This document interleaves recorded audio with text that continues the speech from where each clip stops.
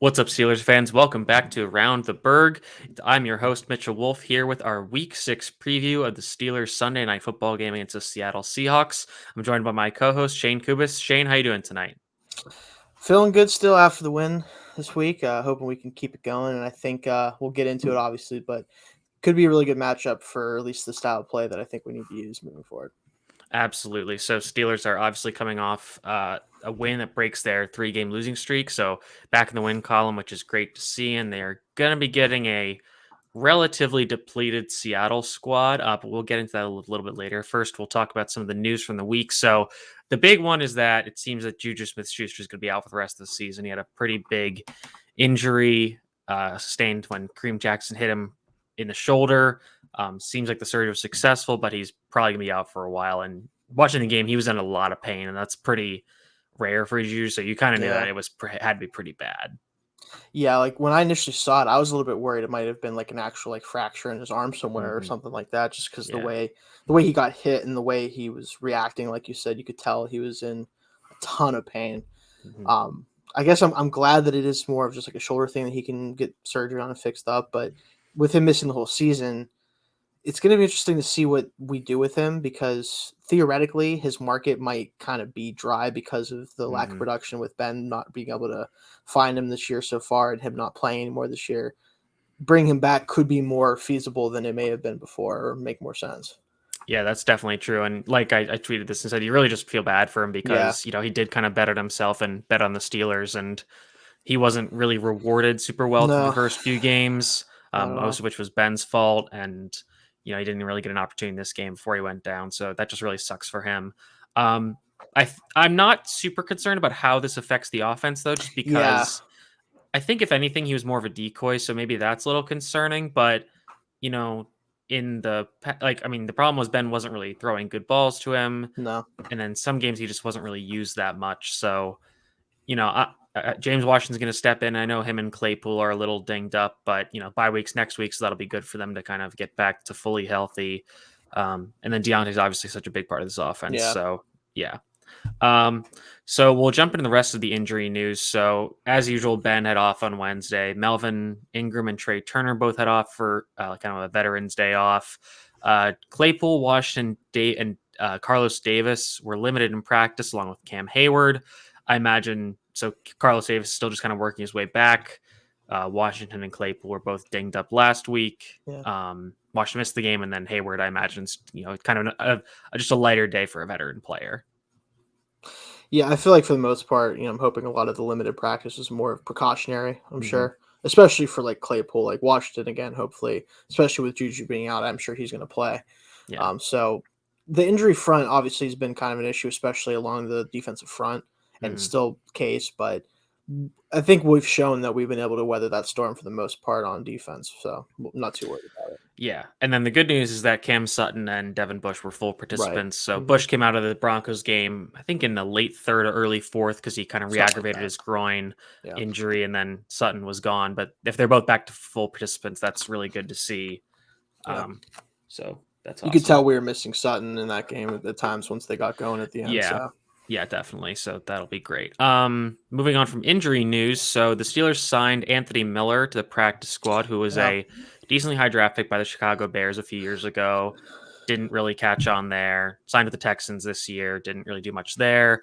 But I'm intrigued by this. I'm not sure he gets elevated because they really like Cody White and what he Yeah. brings as a blocker and kind of more of a size weapon. So but I would like to honestly see him get some active roster snaps because I think he brings. I guess his game is kind of similar to Deontay Johnson, so that might be why he wouldn't be activated. But I think he's interesting at least. Yeah, the thing with him, it seemed to be like obviously a lot of it initially was kind of put on the quarterback play with Trubisky there and Hmm. everything, but just inconsistency with him, Yeah. the hands and just everything. I do think he's a good route runner, and I think Hmm. that he has the ability to get open. It's just whether or not he's going to be able to consistently catch the football and actually make plays with the ball in his hands. So if he gets a chance, I wouldn't be that surprised, especially if they use him similarly to how they use Hmm. Deontay. Maybe he needs a break or whatever it is, Yeah.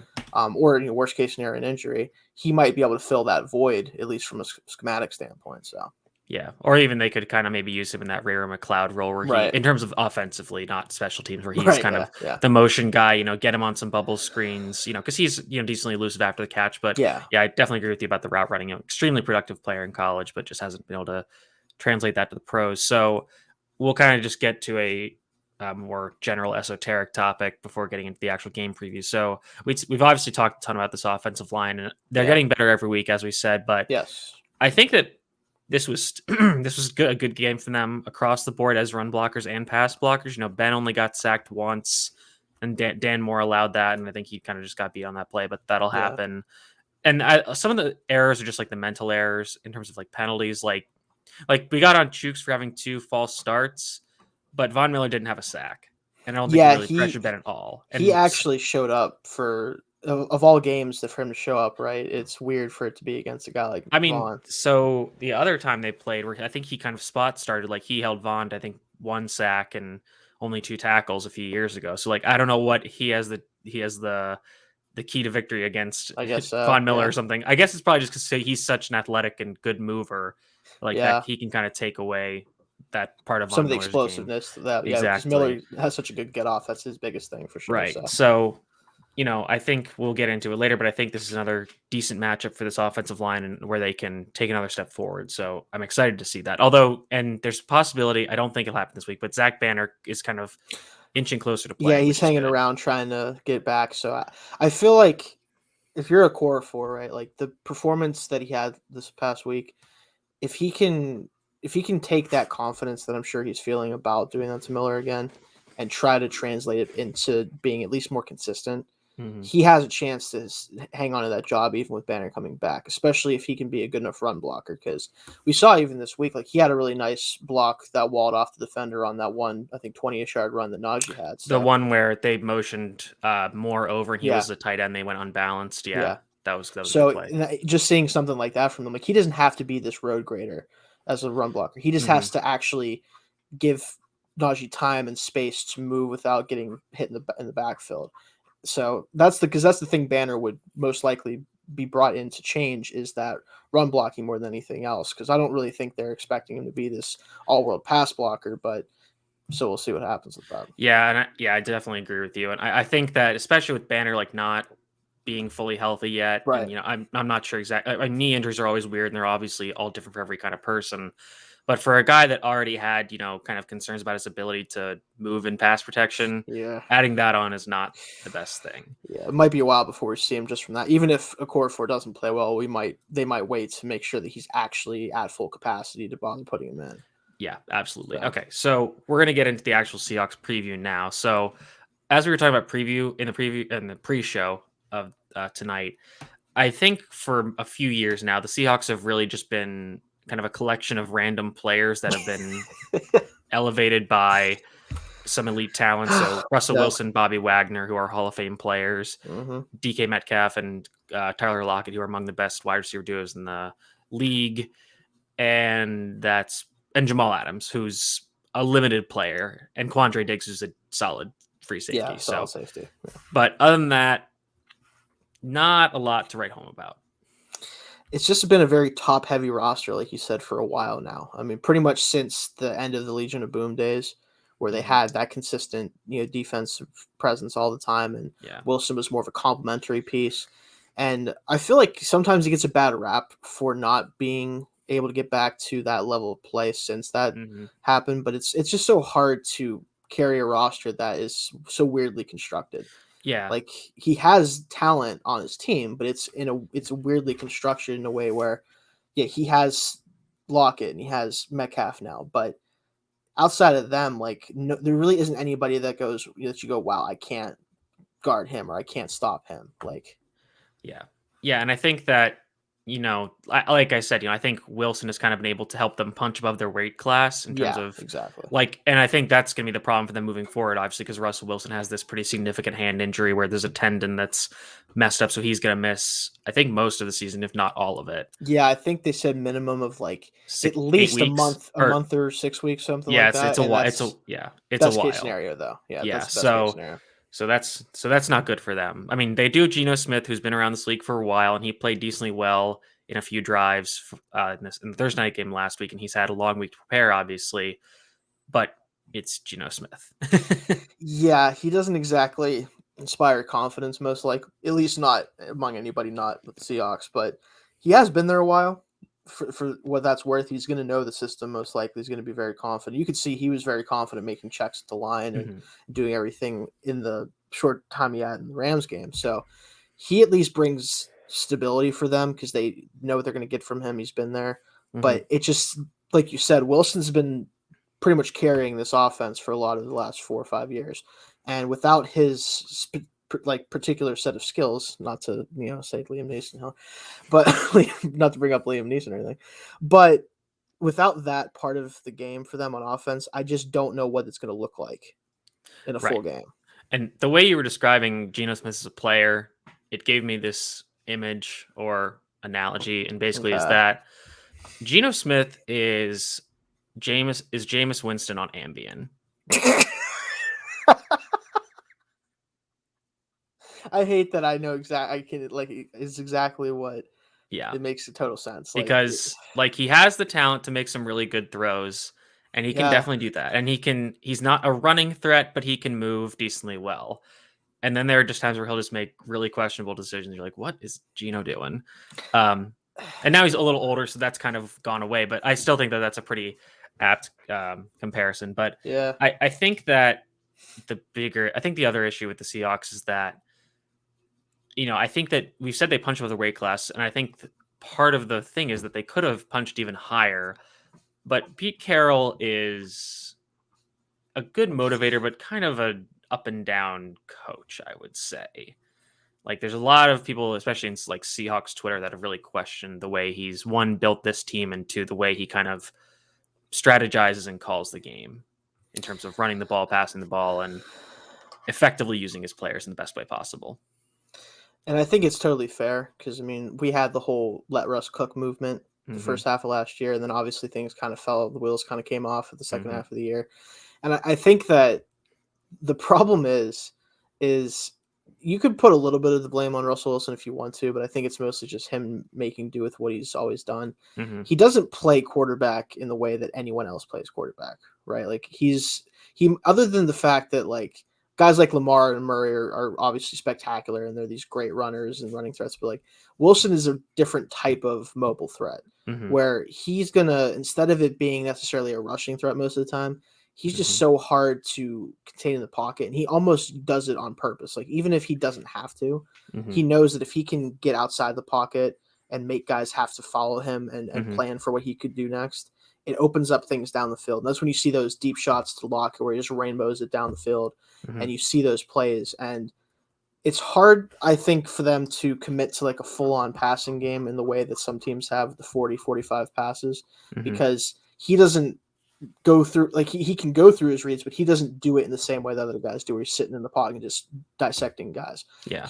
He does it in a completely different way. So I think that might contribute to it a little bit. Yeah. And some people have hypothesized that that's due to his lack of height and that he can't kind of read the middle of the field from the pocket because he can't see over the offensive line. So he'll get out of the pocket where he can see more of the field. And you mentioned this last week, something about like, the Seahawks still have this dynamic receiving core, but so many of those big plays to Tyler Lockett specifically are kind of almost like the way the Chiefs run their offense, where it's like Tyreek Hill and Travis Kelce just go find space, and Mahomes just has this like sixth sense. Hill's down there somewhere. Like, but he just knows that they're going to find space, and I think that's kind of how Lockett and Wilson are, where he gets, and obviously Wilson has like the most beautiful teardrop touch ball. No one's ever done it like him. No, that might be of all the things that's unique about Russell Wilson.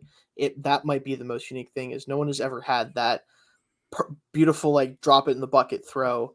I don't think ever. Like, he's not the most accurate quarterback of all time or anything, but that particular type of throw, you could put him up with anybody. And it's like when he cocks back to like launch it and it's going up at like a really high angle, you're like, oh boy, something's gonna be good here. Like, what in the world? It just looks like a freaking missile coming out of the sky. You're like, what in the world? It's like, what did you call this game? You remember that game like Jackpot when you were a kid?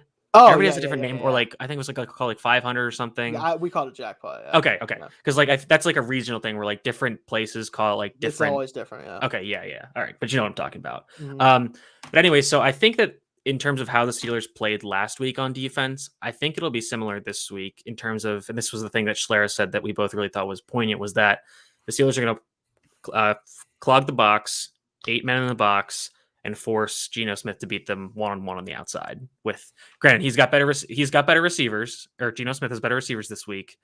But ideally, the Steelers will be fully healthy in the cornerback room, which should be helpful. I think the biggest thing, as long as they can, one, protect down the field, because they can't let Pierre unlock it one-on-one. Or I think they'll probably put Pierre on Metcalf. Yeah. I mean, again, as long as they don't let them get a legitimate, easy deep shot like we've been seeing last couple of weeks, as long as that doesn't happen, I think they can keep those guys in check enough where Smith is going to have to take the time to find other guys, and that's where the pass rush can come in and hopefully make an impact. So yeah, because like we said, the Seahawks offensive line, which has traditionally been pretty bad, has been playing, I think, decently better this season. Yeah, I think so. But again, I think that thing you said, where like Wilson kind of helps them out by getting out of the pocket, and they don't have to block as well for as long. But we'll flip over to the other side. Actually, one more thing about the offense. So they brought in Blake Bortles. They haven't signed him yet. Yeah. How much does that concern you?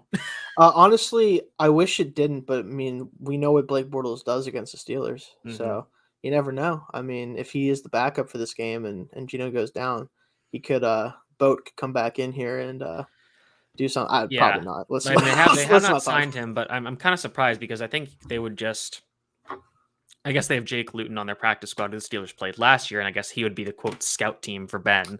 But I think Bortles would be better at that. He might be, yeah. Even though he's a much better athlete. Standing there, yeah. Yeah. Okay, so we'll flip over to the other sides of the ball, and you mentioned the Seahawks defense and how it has been historically great in the past, but I have no idea what they're doing at their cornerbacks now. It's because they just got rid of Flowers. Yeah, they just cut Trey Flowers, who was 6'3", 200 pounds, and ostensibly a decent matchup against Claypool, you would think. Yeah, I mean there's a reason why he wanted released and he asked for, because he wasn't really playing much and he was struggling. But they love those tall, not anymore though. Because it didn't work. It worked when they had really good players that fit that profile. Yeah. But they started doing this thing where they just drafted physical freaks basically at corner and hoping it worked out. And obviously 9 times out of 10, if you're a 6'3", 200 some pound corner, you're not going to hold up super well, especially if you get guys on you that can move as well as some of these receivers can. I mean, like Akella Witherspoon is on the Steelers now because the Seahawks cut him. Right. Yeah, exactly. It's just, so this defense is just, obviously it's not been the same for a while, but it definitely isn't now. And outside of Adams making splash plays and, like you said, Diggs being a pretty good free safety, and Wagner still being there, obviously, there just isn't a whole lot of things to be concerned about on the Seahawks defense for if you're the opponent right now. Yeah, this is another team where, if the Steelers do not want to attack the middle of the field, I'm fine with that. Because, that's fine. I'd prefer that they avoid Bobby Wagner, and I feel like Ben always has trouble with some of those kind of like random free safeties. Like Reggie Nelson always gave him trouble. Who was the one from Jacksonville? Was it Rashawn Mathis? Yes. Or was he the corner? Rashawn Mathis was the corner. Okay. And then who's the free safety that was there for a while? Was it? Oh, no, it wasn't Reggie Nelson also. But point is like I guess it's just defensive backs with dreads just give Ben issues. So maybe that isn't a problem. It is a weirdly specific issue, but I think that also probably is accurate if you go back. Just very anecdotal speculation happening right now. But my point is that like if he's going down the middle and like Diggs and Adams and Wagner are there, and those are like the 3 best defenders on that team, no question. So, if you want to not throw to Freiermuth over the middle, or, whoever's playing in the slot over the middle, I'm okay with that. But I mean, their corners, so they traded for Sidney Jones, who again was a really good draft prospect, but had injury issues. And I think he's playing decently, but then they have DJ Reed, who's like a 5'9", 190-pound guy playing outside. And their slot is Ugo Madi, another kind of slot safety hybrid who's fairly tiny. So the matchup I'm highlighting is just who's covering Chase Claypool. Seriously. Cause I think the other thing too, is like, with Claypool against the secondary, even if they try to double him with Adams or someone, Adams is not exactly the most effective coverage safety at this point right now. So if you can get him on a seam route against one of these guys in the slot, even if Adams or someone else is shading him, it doesn't mean that he's not going to be able to get open. So And I'm not sure if this is allowed, but can Ugo Amadi put Quandre Driggs on his shoulders you know, like Vincent Adultman and BoJack Horseman it's and put possible. on one really long jersey? They could try. I feel like they honestly the refs might be like, you know what, I get it. I understand. Listen, we'll play with 10 men. We just got to have one super tall dude. Right. We just have one super guy that's Yeah. supposed to be the Claypool cover. That We'll should designate it. that should be a new rule they add, a fun little wrinkle in the Why code. not? You Because I can play mean, with 10, but you have to play with 10, but you can put one dude on top of another. I just Maybe think for it'd be field goal fun for blocks it'd doing. be fun. That would be hilarious for field goal blocks. Or Yeah. you should be able to catapult one person. Yeah, dude, like the Like, circus yeah, toss. just have someone stand right like this the whole in front of the Yeah. center and just launch them over. Can't get leverage that way. Though. At NFL, hire us Yeah. for rule changes. Anyways, Yeah, but if you want to see the game fall apart, yeah, go ahead. Yeah. But yeah, so I'm not really sure what the secondary is going to do. Like, I imagine Ben's going to run a billion of those little blaze out RPOs and bubble screens and stuff. But I mean, I think attacking the edges is smart because the Seahawks also their defensive line is kind of rounded into form. I think they've got some good players. Obviously, they have Carlos Dunlap, who's Puna Ford is a big guy. Puna Ford, great player, awesome dude. Player. Al Woods, another former Steeler, who's kind of had a nice long NFL career despite like not really being a high draft picker. He's just one of those guys that works in every system because he does his job and that's all he needs to do. And then Carlos Dunlap, a guy the Steelers are very familiar with, who's given Ben some problems in years past, and he'll be working against Chooks, so that'll be interesting to watch. Yeah. But let's see, what else do we have to talk about? So, so right now I have written down the Steelers are eighth in third down percentage on offense. The Steelers are 26th. So that's pretty surprising. I don't really think the Seahawks will get better with Gino Smith on the field. I don't think so either. I mean, you could argue that Smith might be more like predictable on third downs in terms of like he's more he'll just find the open guy and move on. He'll adhere to the offense. Right. Yeah. He'll be more likely just to run the offense the way it's supposed to. But it's still Russell Wilson to Gino Smith. Like, this isn't one of those things where like, man, I'm glad Russell Wilson isn't in there on third down. Like, it's going to be less spectacular, but probably a little bit maybe more consistent.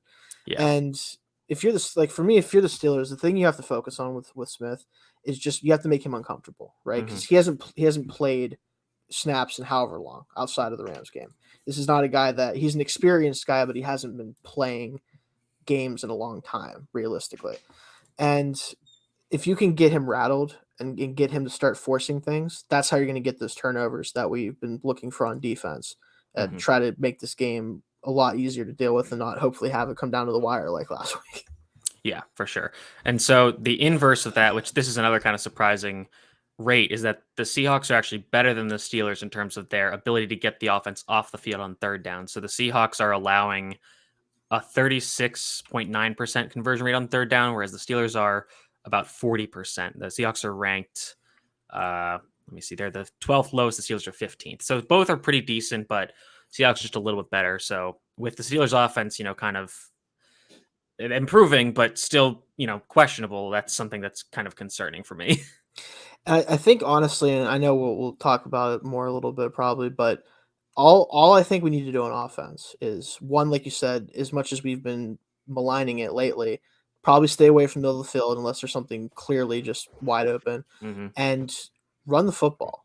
Like just hand the ball off to Harris 25 times if he can handle it, or bring whoever, hopefully Balaj or whatever, and just pound the rock because this team cannot protect against the run right now. They cannot defend the run, and if we can block like we did last week, and Harris can make plays like he did, we'll be fine because they don't have to. Ben doesn't have to throw the ball 40 times to win this game. And really, he shouldn't be doing it again this year unless we're down by 14 points and he has to. Like, that should just not be the strategy at this point. Yeah, the Seahawks have allowed the second most rushing yards per game at 145.2. So that is Shayne's. That's a really good stat to pull. So the stat that I wanted to pull, and this I'll pose this in the form of a question. Okay. And this should be pretty easy to figure out, I think. So there are two teams in the NFL that haven't converted a fourth down this season. Who do you think they are? That would be the two teams playing this week coming up. Ding, ding, ding, ding, ding. That's correct. Yeah, I did see that actually, admittedly, so I'm not going to pretend I'm super smart, but I did see that. So the Steelers, I just went away from the convert. Here we go. The Steelers have, is it even here? Where'd it go? I believe Did I they're lose it? both maybe 0-2 on fourth down, I think is what it I thought the is. Steelers were like 0-5. Oh, was it 0-5? Oh, that's I the think it defensive was, conversions. That's why yeah, I'm looking at the yeah, wrong thing. All right, so gotcha. I'm gonna talk and stall for a little bit as I try to find this statistic. Right. Um, we're But no, getting there. I think that both teams have just been not very aggressive on fourth downs, and it's been a Yeah. theme for a couple teams this year where it's like, what are you doing? Like the Chargers, for example, if you caught much of their Oh games yeah. the last couple weeks, they just go for it just because. Like Yeah. it doesn't even have to be the actual like analytically smart decision. They just do it because they're like, screw you, we have Justin Herbert and Mike Williams. I Yeah, just don't and care. and the way that Staley's talked about it, and as a analytically inclined person, I really Yeah, like me his too. thought is like it changes how you call all your plays. So like if you're at 3rd and 7, you don't need to, or even a little further, like you don't need to pick it all up. Like get 5, and you can still like have your whole playbook open, and then you get some more yards, and then you're like, okay, well our whole playbook is still open because it's 4th and 2 or 4th and 1. Like you can obviously run a QB sneak with Justin Herbert, and you're probably fine, Yeah, but six you six. can run something else and but anyway, so the stat is that the Steelers are 0-5 on 4th down, and the Seattle Seahawks are 0-2. And obviously, Oh, they're the ones who are 0-2. Gotcha. yes. Okay. And obviously, the Seahawks don't do it. And I think Pete Carroll's kind of said, I think it's something like, oh, the analytics may tell you to do it, but the analytics aren't always right. And it's like, that's kind of the point of analytics. So Yeah, that, so it's not even that they don't have to always be right. Like I think at this point in the NFL, right? We all know this is an offensive centric league, mhm, right? If the difference between giving the team the ball at the 50 and the 20 is that big of a deal to you, then you just don't really understand how mhm. offense works in the NFL. Like I guess he kind, and this is kind of the classic football guy logic is that he doesn't trust his defense. and that's fine, but if you don't trust your defense, giving them 25 extra yards probably isn't going to make much of a difference Yeah. realistically, especially if it has the chance to turn the game in your favor because Hmm. the Chargers have shown it, like you said, Staley said it.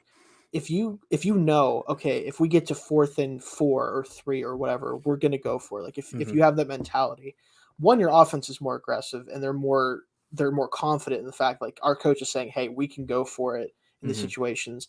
And we've seen the Ravens do so much with that too over the past few years with Lamar trusting him to get the first down with his legs or his arm. Yeah. It just instills a lot of confidence in your offense, and especially your offensive line. And that's one of the reasons why, honestly, I felt like there was some decisions that Tomlin has made as far as punting the football this year where I would not have done it because you need to give your offense something to play for. Give them Hmm. something to get up for and say, okay, we have to buckle down and make this happen. And he's not giving them the chance to do it. Hmm. So, Yeah, I think it'll be interesting to see how the Steelers do that moving forward, given that they are going to get more comfortable with their offensive line. The first few weeks they definitely weren't there, but yeah.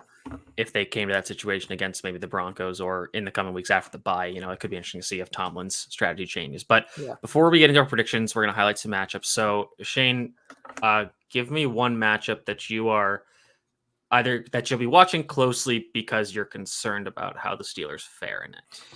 For me, because of the fact that even though like last week it was a little bit better, and part of it was because it was really only one big play, and then they kind of had to come back in the game, so we didn't worry about as much. Can the Seahawks run the football on this defense with the depleted defensive line? Because that's been a bit of an issue in different parts of games. We haven't really been awful, I don't think, against the run, especially the Raiders game. Obviously, didn't even really care to try to run Yeah. the ball, but the Packers took advantage of it Mm-hmm. for sure, and even Broncos did a good job for the most part when they did run it. I think they're going to try to establish the run with Smith in their quarterback early to see if they Mm-hmm. can hang their hat on that. And if they Yeah. can, it's going to create problems where, maybe then Lockett does get open on a play action deep shot, or Metcalf gets over, with a crossing route across Yeah. the field and he runs with the ball. Like, I don't want to see those big plays come from their comfort level running the football and being able to play off of that. Yeah. It seems like they'll be missing Chris Carson, Yeah, that's a pretty big loss for them. They have for to go with sure. Alex Collins and DJ Dallas and Travis Homer and random running They've backs who honestly are. done a pretty good job so far Yeah. for them. They always seem to be able to make running backs work with that team. So Yeah, that's true. Okay, so the matchup that I'll go with then is I'll get out of the trenches and I'll say I am still concerned about how these wide receivers can attack the cornerbacks because, like we said, like the chemistry with Lockett is not necessarily there for Smith, so that's not as worrisome. But Lockett's still a very good wide yeah, receiver. You have to think he'll probably draw Joe Hayden, just I given, assume. and then maybe they'll rotate Sutton over him sometimes depending on alignment. And then the one that really concerns me is Metcalf versus whoever the other corner is, because Right. obviously he has size. He has the size advantage on everybody, any corner in the NFL. And then he's got, I mean, there's all the stink made about his change of direction, but he's still quite a good route runner. Yeah. And, has speed to burn anybody over the top. So I'm just, then you mentioned it, they really have to keep the lid on the defense. They need to make sure that wherever Metcalf is, he's got somebody over the top to prevent the deep play. And, you just hope a guy like James Pierre or whoever can survive. Weirdly enough, I really feel like especially considering how he's played this year, Edmonds might be the guy that they need to shade over Metcalf because he has he can run with just about anybody, especially a guy like him, and he has the physicality aspect, the size to kind of deal with him too. So I would hope that if they're going to shade, which I hope they will. I mean, let's be honest. If they put Pierre on him 1-on-1, we know it's going to happen. Yeah, but if they do that, I'm hoping it's actually Edmonds. If anything, let Minka kind of roam and try to protect that block and deep shot. Yeah, I mean, if they double those guys and they're like, okay, whoever, I don't even know who the Seahawks third receiver is. I don't think they do either, honestly. Okay, then it's if Gerald Everett or Will Dissly, thank you. Yeah, I was thinking the other Washington tight end.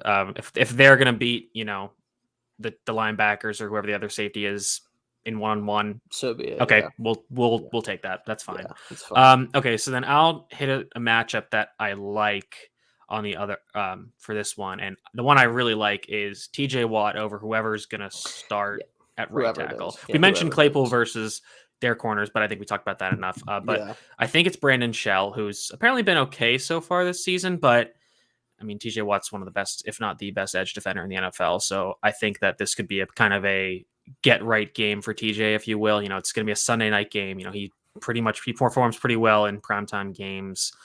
So I expect him to have a pretty big night getting after Gino Smith. And, as he rushes from the strong side, so he'll be rushing into Smith's size. So, maybe he doesn't get as many sacks, but maybe he forces sacks into Hayward or Highsmith or Ingram, which, I think that's going to be an interesting matchup. So with that, give me one matchup that you're thinking of that is in the Steelers' favor.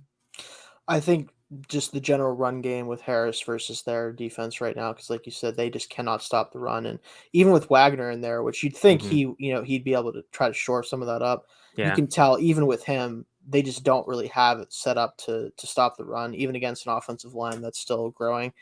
And if we can even be 80% as effective running the ball as we were last week, I don't think the Seahawks are going to be able to do much as far as get a pass rush going, because they're going to have to protect against that. They're going to have to load up. And that's when you can then try to take advantage of like the Claypool matchup we talked about and stuff like that. So, the interesting thing on the defensive line point, I saw today that according to PFF, and again, take it with a grain of salt. Isaiah Buggs is the 10th highest graded interior defensive lineman in the NFL. I feel like, and weirdly enough, he was a guy that I felt was on the chopping block possibly when they got down 53 when we talked about it. He's been, I think, just from the eye test from what I've seen, he's been a good player for what to do to step up and be in that position. So I'm not that surprised about it. And the Seahawks center, his name is Kyle Fuller. Another one, right? Yeah, but I mean, he's not good. No, probably not. To put it bluntly, and like their guards are decent. They have Gabe Jackson from the Raiders and Damian Lewis, who was pretty good last year. But I think that I think that was another matchup I thought about was Cam Hayward versus that interior offensive line. I think he'll be able to have another feast day, which will be great. Especially with the way, like, again, their line's better than it's been in past years overall, especially having Dwayne Brown there, the left tackle. But that was a huge move for them, honestly. But Hayward, combined with the way he's played in general this year and just how much more talented he is than their interior line, especially from a pass rushing standpoint, I really feel like Smith is going to have to escape the pocket a lot, and that's where maybe the edge rush can collapse in on him if he has to move out of the this might be one of the other times where, if Wilson was going to be better, because I feel like Hayward would have like 3 batted passes if Wilson was probably. I mean, he's been batting everybody's passes. Exactly. Who he's playing. He's just like, get this out of here. Exactly. All right, so we'll get into matchups now. So depending on the books, it's the Steelers are pretty much favored universally, and I think a big reason for that is that Geno Smith is playing. But the line is hovering between 4.5 and 5, which I think is arguably like the worst number in gambling, because there's so many spreads that aren't 5. So and a field goal can switch that from one side to the other really quickly, Mm-hmm. and it's just frustrating. So I don't know if we'll talk much about that. But then the over-under is 42.5. So that puts us at about, math is hard, It'd be about 27 to I'm trying 20, to think. 27 to 22. 23-19 roughly, 23-19. I think. Oh, okay, thank you. All right. 23-20, 23-19-ish. Yeah. Okay. All right, never mind. Okay, so my prediction is Steelers 27, Seahawks 17. So I believe that's hitting. Yep, that's hitting the over. And Steelers would cover. I think this game will be closer than we like, as they have proven to been so far this season. I'm gonna keep saying this until it happens. Then I'm gonna celebrate when I'm finally right. I think that a big turnover and maybe a scoring turnover kind of puts this game away relatively late. I'm going to go out on a limb and I shouldn't do this because the Steelers, especially this year, have been good at breaking. Damn it, Shane! I should realistically pick them to lose because that's probably the better thing to do. But I'm going to go out on a limb and say that they do stick to the game plan they showed last week. Harris does get the ball 25 times. We dominate in the run game. Ben hits a couple of the big plays. Mm-hmm. I'm going to say 31-17. Ooh. I'm gonna say 2-score. And I think it might honestly be. It could go the way you did, where you're saying like it ends kind of on like they ice it with a defensive touchdown, where maybe they're up a touchdown and they bring one back. Mm-hmm. But I honestly wouldn't be that surprised if the Seahawks just tack on a late touchdown to make it a 2-score game. Yeah, that's that's true. Okay, that'll do it for us this week. It's our Steelers. I guess it's their first primetime game. Yeah, this year. So yeah. So I think they have a lot coming on later in the season, but this will be exciting. It's always good. Probably good because otherwise it might not have been so good for the national audience. Yeah, that's true. And apparently we'll be getting Mike Tirico because Al Michaels is taking a week off because neither of these teams are very good. So he's probably like, man, I'm gonna just in case they both come out and stink up the place, I'm gonna just not do it. Yeah, the weather's still pretty nice wherever he lives. I'm gonna get a golf weekend in before the weather turns, really. So with that in mind, Shane, let the people know where they can find your work. Find me at Shane Kubis on Twitter, like always, at Still Curtain for most of my articles. And then obviously check out ATB Steelers for updates about this podcast and other things as well. Absolutely. You can find me at Mitchell T. Wolfe, WOLFE on Twitter. Again, like Shane said, follow Steelers_ATB for updates about this podcast. And, we finally got our preview episode up and running this week. So if you're hearing this, nothing went wrong. If you're not hearing it, then we're sorry again. But we'll tell you about that after the game on Sunday. Have a good one, everybody.